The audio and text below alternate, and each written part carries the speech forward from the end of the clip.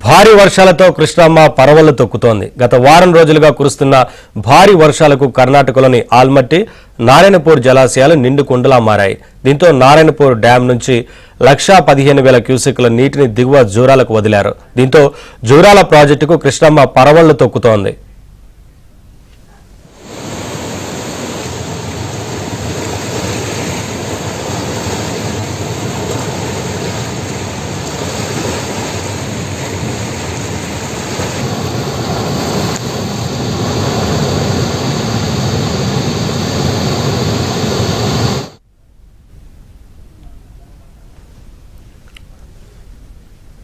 కర్నూలు జిల్లా మంత్రాలయంలో భారీ వర్షం కురిసింది. కుండపోత వర్షంతో వాగులు వంకలు పొంగి పొర్లుతున్నాయి. ఖరీఫ్ సీజన్లో భారీ వర్షం పడటంతో రైతులు హర్షం వ్యక్తం చేస్తున్నారు. దీంతో వ్యవసాయ పనులు ఊపందుకోనున్నాయి. అయితే భారీ వర్షం కారణంగా రోడ్లపై భారీగా నీరు నిలిచిపోవడంతో వాహనదారులు తీవ్ర ఇబ్బందులు పడ్డారు.